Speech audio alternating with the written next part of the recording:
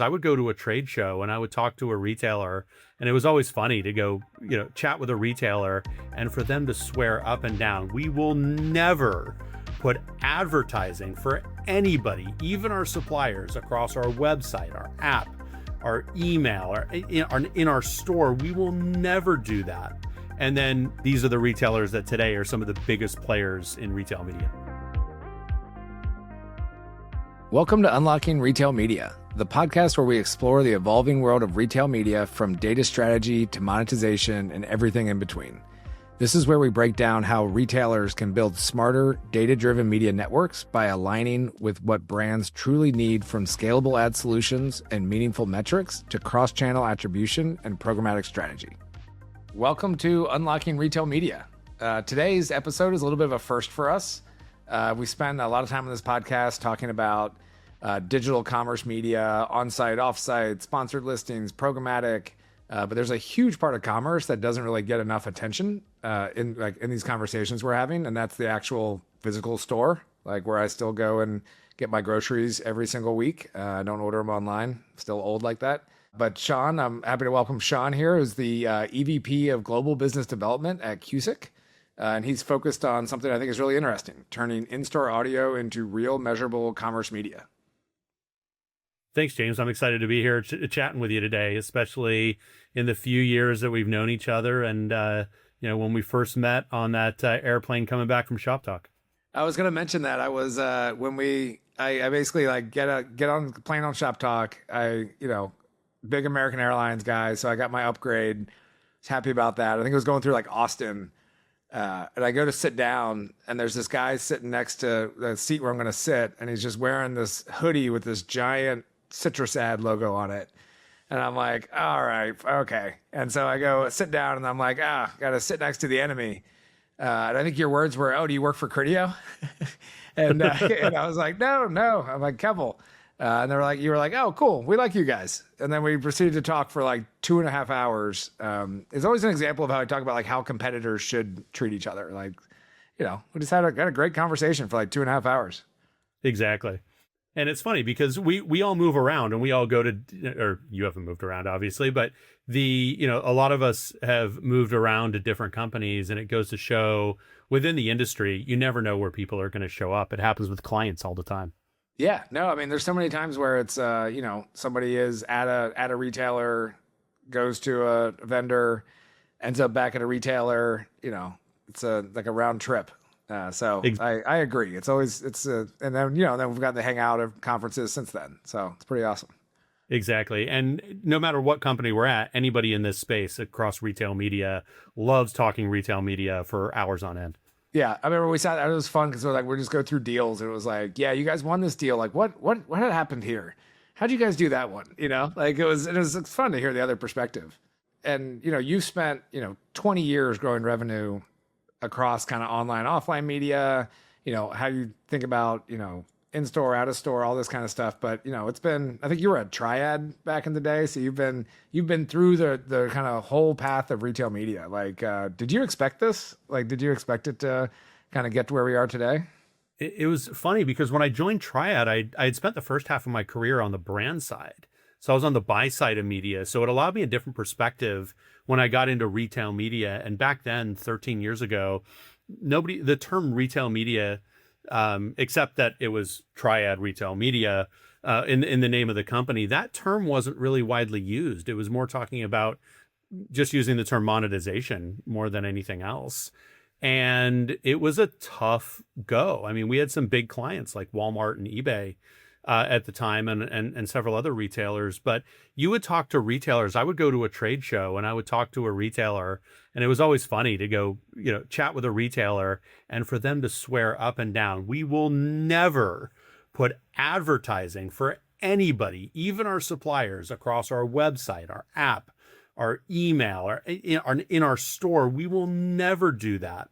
And then these are the retailers that today are some of the biggest players in retail media. Well, and it's funny because tying this into, I think what we're going to talk some about, like the in-store piece, like they've always done that in store, right? Like I walk into, my local Harris Teeter, and it's like, there's an end cap and there's a, sign over here, and now there's some digital media, and and even before that though, like there was always advertising in the store. It's funny to think that they would think the website and the app would be like the sacred position that they wouldn't cross that on. Yeah, and I think it's because of the separation that happened right out of the gate. And I think it started with Walmart, and you started to see this across others, where you had this big separation between this new online team or this new retail media team separated completely and siloed off from the merchandising team. And the things that, you're right, all the things that happen in store, that was happening through the merchandising team, through trade dollars or co-op funds all the time. And that's been happening for decades. Yeah. And not that retail media is that much different. It's pulling from different buckets of money. But because it was happening, at least in the US, it was happening more online. It became this, everybody started, pulling back and saying, no, this is mine, and going into protector mode. And just saying, no, I don't want to talk with these people. What we're doing is different. When we all know, if you take a look at it, it's the same thing. It's maybe just a different channel. But the executions, a lot of it are very similar. And so it was just kind of funny that the way that they were looking at it. And I think it was just the merchant teams just holding on and trying to protect their shelf space, even if that shelf space was digital. Yeah, well, and I think you still, that's still an ongoing battle at many retailers today. The merchant trade teams versus the retail media team, and so I don't think that hasn't finished yet. We'll see how it's getting better though. Yeah, it is getting better. Yeah, well, I think once the retail media teams kind of started to show the money that could be made, then I think it kind of ended the argument. Yeah, and I've talked to some people who have, when I've asked them how they solve for this equation, and the ones that are doing it well have said they go to the merchant team and they present themselves as a resource. And they say, hey, we know your team doesn't want to do operational execution, especially for anything online or anything digital. What your merchant team is good at are getting dollars or securing dollars and presenting value and getting those dollars in from our suppliers. Let us be your execution arm. You go out and do all the things you do well, and let us just execute for you. And let us be that resource. And for the retailers that are operating using sort of that approach, those retail media teams are having a lot more success and a lot more cohesiveness between the teams. And then you look to Europe, and they look at what's happening in the US, and they say, what are you talking about? Our teams have been working as a cohesive group for decades. This is bonkers that your teams don't work together. We always look and say, let's start with a strategy and let's look holistically. Yeah. Actually, it's a good further good tie into getting into in-store. Is I remember last time I was in Europe, I was touring one of our customers' stores, Continente in Portugal, and the first thing I noticed was so much more in-store media than that we have in the US, right? Like digital end caps, like kind of digital along the top of the soda aisle, right? It was like a whole like Coca-Cola thing. And then, then you just still don't see that in most of the US. But I think that's starting to change. And I think we're starting to see there's like more of a focus on how do we bring in-store kind of up to speed with the rest of the industry. It is. And what you're seeing is sort of a meeting in the middle, whereas in Europe, they started with retail media more in the store, and then they're playing more catch up for online. Whereas in the US, it was starting entirely online, and now they're quickly trying to play catch up for all the tactics in the store. Yeah. So let's get into QSIC.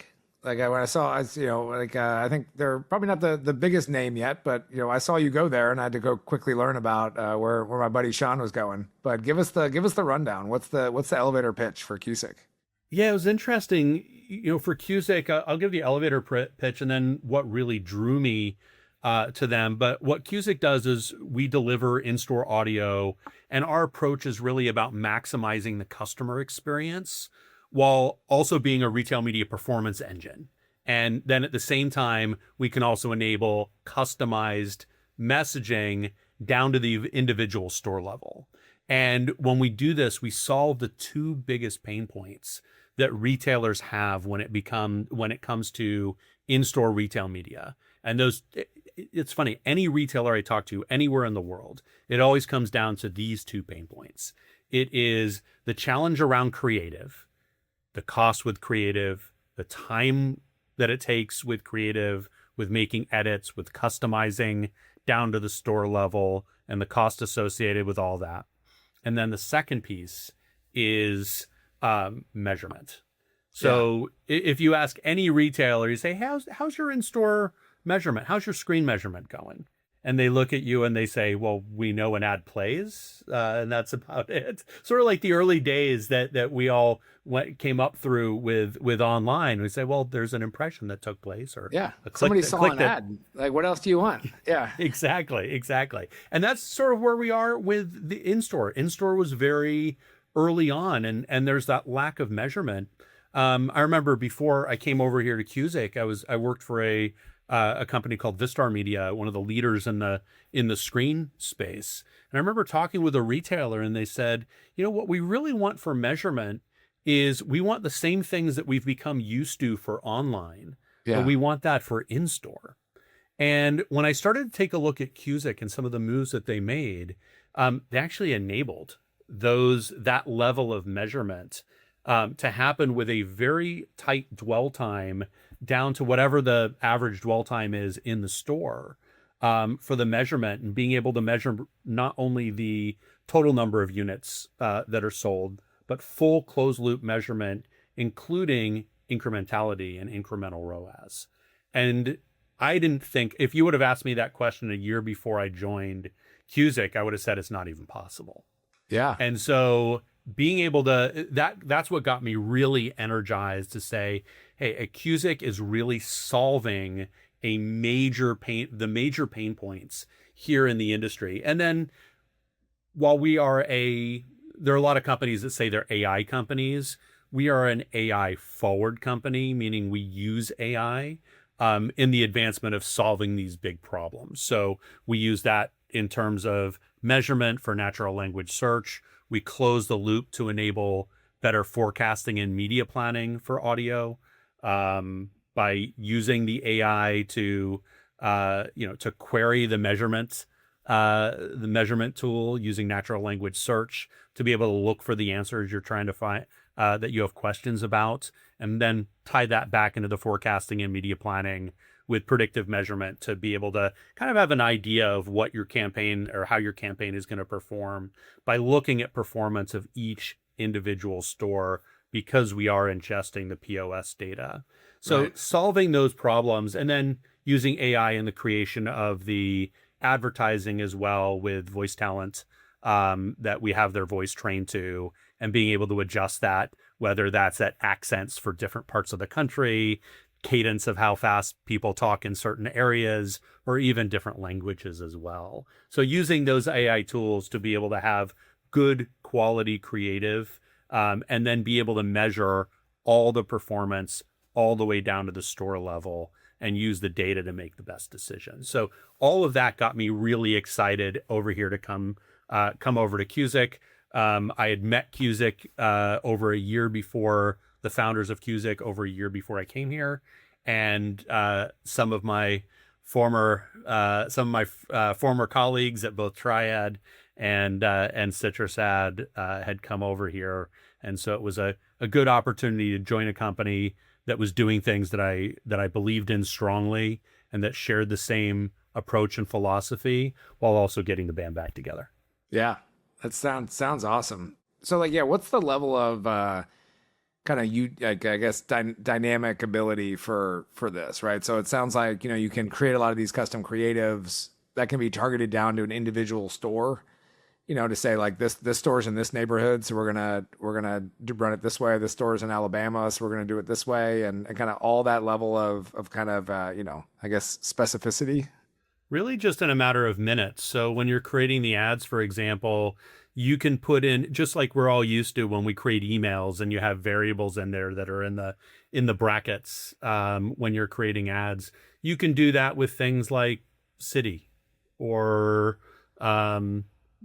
price, lots of different variables that you can put in there and create thousands of ads just in the touch of a button. Yeah. So it allows you to do that customization very quickly. And then also we have I just came back last week from spending 2 weeks in Australia. QSIC is a company that was born out of Australia, just like it was when I was at Citrusad. Before that, the weird hotbed of retail media innovation. Yeah. you never know. And so it was fun being out there in Australia. I mean, not only is it a great place to be, but the people there, especially around the creative development, are so passionate about what they do and so good at what they do and improving that. So if you would have asked me even 5 years ago, what does what does AI creative sound like? I'd laugh and say it sounds like, you remember the days of like Max Headroom for, just like a total computerized. Yeah. Or at best it sounds like Siri. Right. Or like your GPS. And, what we've done is you take actual voices and then you use AI tools to modify those down to the individual level. But being able to do that quickly is the key, because no creative team wants to spend the time and effort it takes to be able to do that.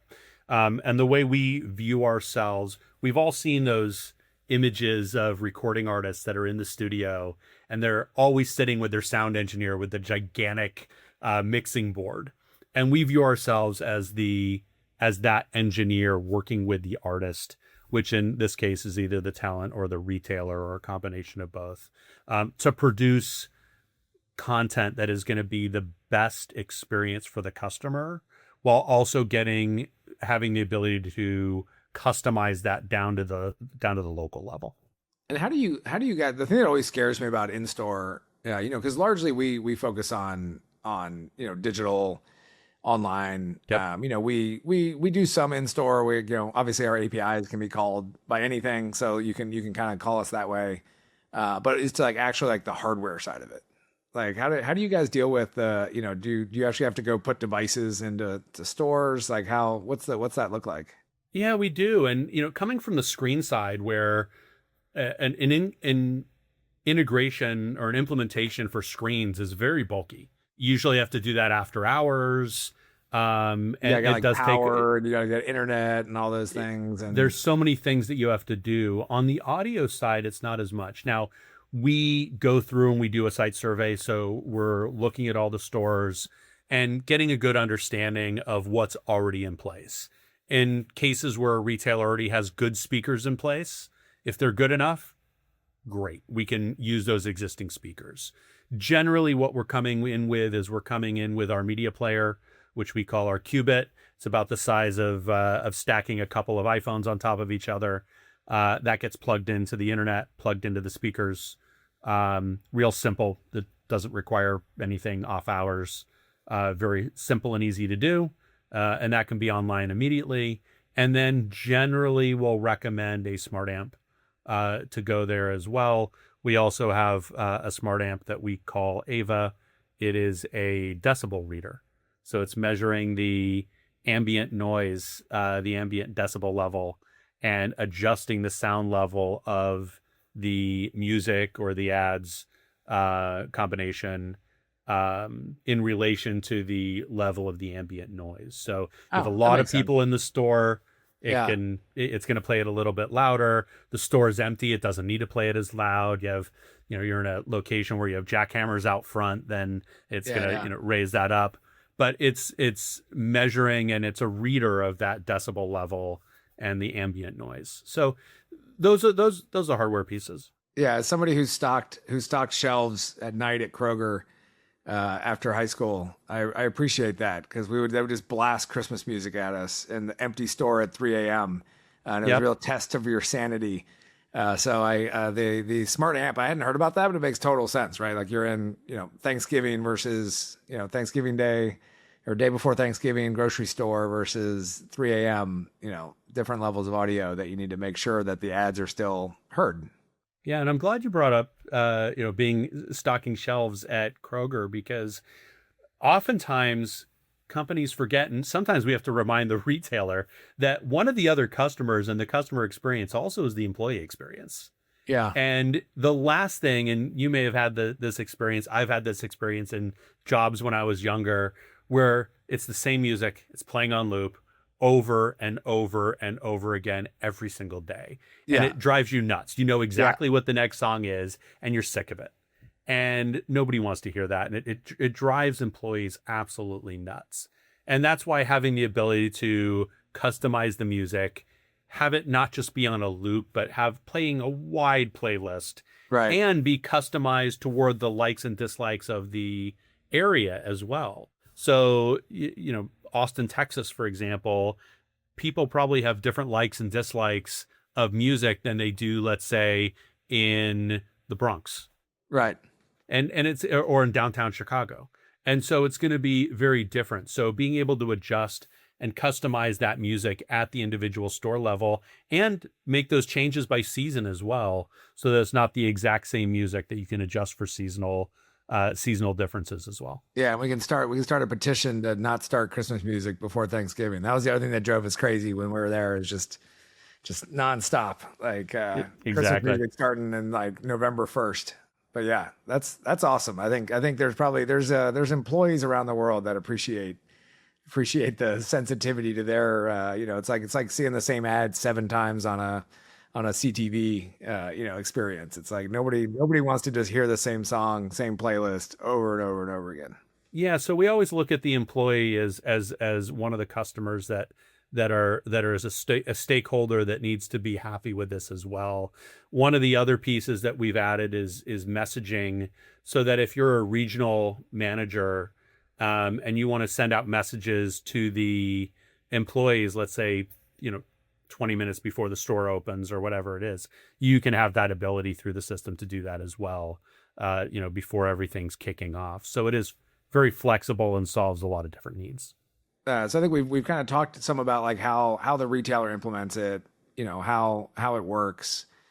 Let's switch and think about like the brands, right? Like how are the brands thinking about this, right? It's something they've probably, I've done some of this in the past, right? Probably not as addressable or measurable in any way. They, how do they think about it from an opportunity standpoint? Is it part of a larger retail media strategy? Is it a a unique offering? Like what are you seeing from the brands?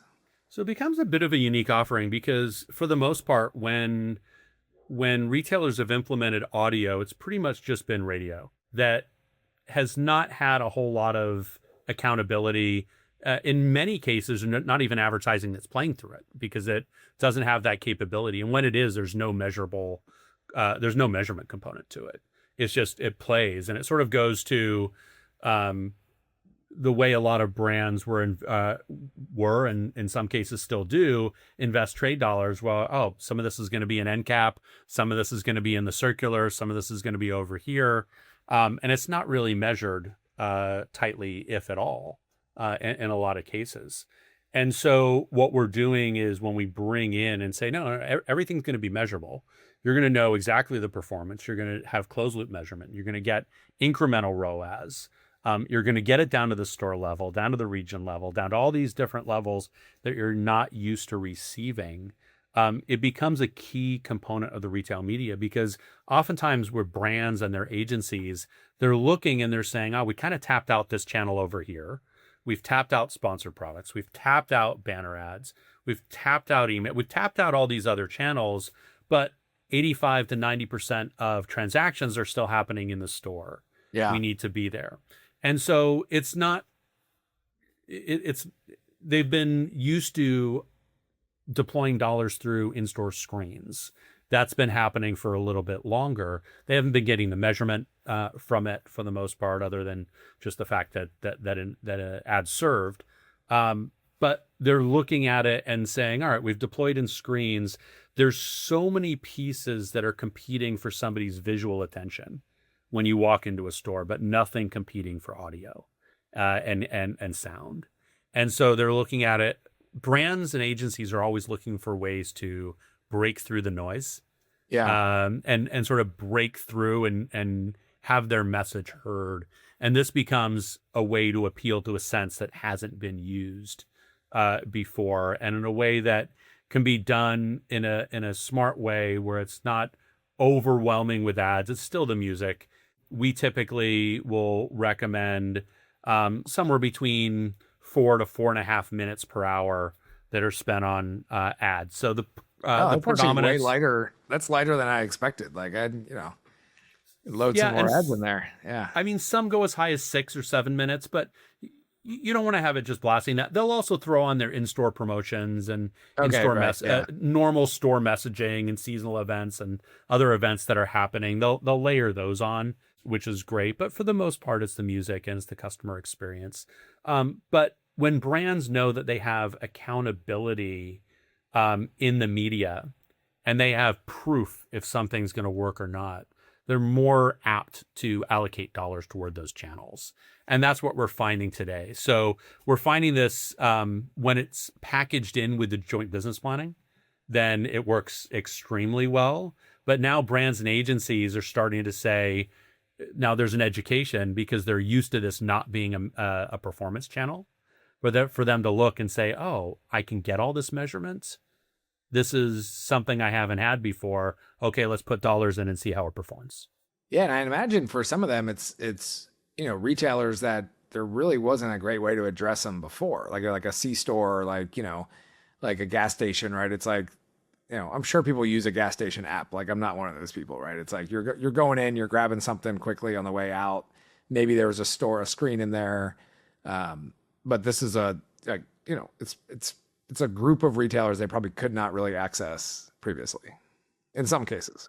Yeah, it's a good way. And there are a lot of there's a lot of C stores, for example, especially ones that have fuel screens. Gas station TV is a good example where they have a lot of penetration in that market. And some other ones like GoBarco and some of these other ones that have good penetration across that market. So people are used to seeing screens when they're pumping gas. Some retailers have done a good job, like Circle K, for example, has done a good job with their screens in the store as well, with their lift screens. And so there are some screens and other retailers, whether it's C-store space or others, of certain levels of sophistication and experience with their screens. So there is a way to reach people there, but the audio gives a way to reach people in a very quick way where people are going to be listening, and the likelihood of them hearing that ad and having recall for that ad and causing them to take action is very high. And then our ability to measure that in a very tight way to a attribution window that is so short that nobody else is doing it really opens the eyes for the brands and agencies. Is a big part of that just the reason it's so much easier, or not easier, but that you can actually attribute it, is because you can kind of assume anybody in the store heard this ad. Whereas if there's a screen on, there's a screen on the, on the cooler in the back of a Circle K, like, you don't know if I saw it or not. Even if I was in there, I might have just walked in, grabbed something in the front and walked out. Whereas, when this ad plays, if I'm in the store, I bought it, and the average time people are in the store, so you can kind of measure the impact, right? Like, exactly. And because we're using holdout control and holdout groups, either at the store level or based on loyalty IDs, because we're doing that, we have a control that we're measuring against, and we can measure the lift. Yeah. Awesome. And that's really the key, because what you don't want is, if you're just measuring the total number of units, say, hey, if I'm going into a gas station, I'm going to buy a Celsius. I'm going to probably, I may have been going in there for that purpose. But if you have that test and control, then you can measure and you can say, okay, I have a good idea. Here are the people. This is what was going to happen anyway, and now we're going above and beyond that. We can measure that incremental lift. Yeah. I love it, because I think this came up I was at a conference recently, and we're talking about, so much retail is still in the store. Yeah. Right. Like in retail media, we focus so much of our time, all of our time, at least on this side, right, is on the digital side. And that's still only 25% of commerce, right? 75% of it's still happening in the stores. So it's and I'm glad we're finally getting some innovation in this space. And I think there's a lot of opportunity. Yeah, and it's interesting because we're there's a lot of blurring lines now, and it's coming together to say, when a retailer, when a brand is planning their campaigns with a retailer on the retail media side, they should be looking at all channels. They should be looking at both in-store and online and saying how, what are our goals? What's our goal? What strategies are we going to be able to use to achieve it? And then what channels help us ladder up to those objectives? And really start with the goal in mind. And that's really how they do things in Europe. When you ask them, you say, hey, is this coming from trade? Is it coming from national media? Is it, is it coming from your retail media team? Who's coming up with the idea? And they say, well, we all come together and we come up with the idea, and then we go to the brand and we present, we present the strategy all together. The Nectar 360 team, with Sainsbury's in the UK, they presented a year ago at the Retail Media X conference, and I was absolutely blown away. And this is the approach they took. And I think this was with Pepsi. They went and did it, and they did everything from stadium wraps to in-store screens to, a lot of digital channels. And they really employed a lot of different channels to focus in the physical world and the digital world, to drive success of this campaign. And it was wildly successful. Yeah. Well, my next question was going to be where do you think things are going in the next 3 to 5 years? But I think you just kind of answered it with it's how do retailers really start to offer this truly omni-channel campaign across in-store, on-site, off-site, everything, right? It is everything. So it's really focusing, and I think we're getting better at this with the retail media teams, where they're looking and they're saying, all right, how do we provide the bigger campaigns? It's sort of like, why would you go to if you're a brand, what are you looking for from your agency? Well, you're looking for that big idea. Well, now the retail media team is an extension, and they're acting sort of as an agency to say, all right, we need to come to these brands with the big idea, with the strategy. Maybe we're going to their agency and we're working with them, but we need to have something that is going to surround the customer. This omni-channel approach has been talked about for years, but has never really been done, and it's been hard to achieve.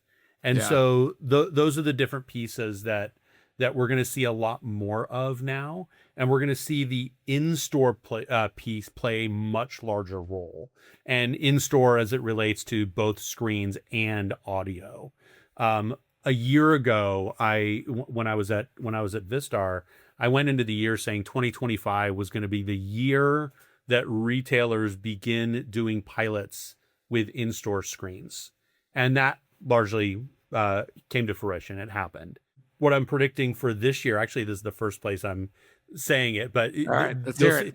You'll see some pieces written about this in the future. But 2026 is going to be the same thing for in-store audio. This is the year that retailers globally, but especially in North America and in Europe, begin to integrate audio into their retail media programs as one of their channels that starts playing a more significant role. So you're going to start seeing the integration in 2026, and you're going to see sort of the full-blown rollouts happening in 2027. Yeah, it makes total sense. And I think when you can offer the kind of real, measurement to go alongside the rest of the offerings in that plan, like, it makes total sense. So everybody, you heard it here. We'll check with Sean next year to see if it came to fruition.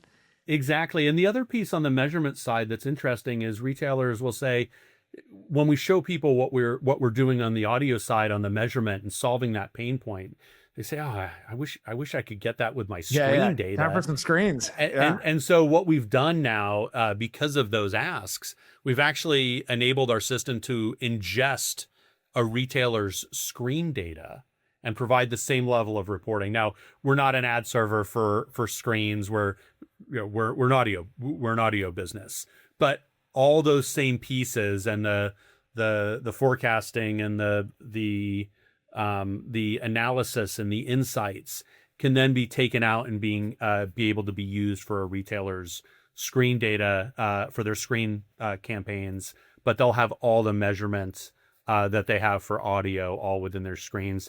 And the beauty is they can see it all in the same place. Yeah. Yeah. And you can start to see the combination of the two, right? When you're combining screens and audio and bringing it all together.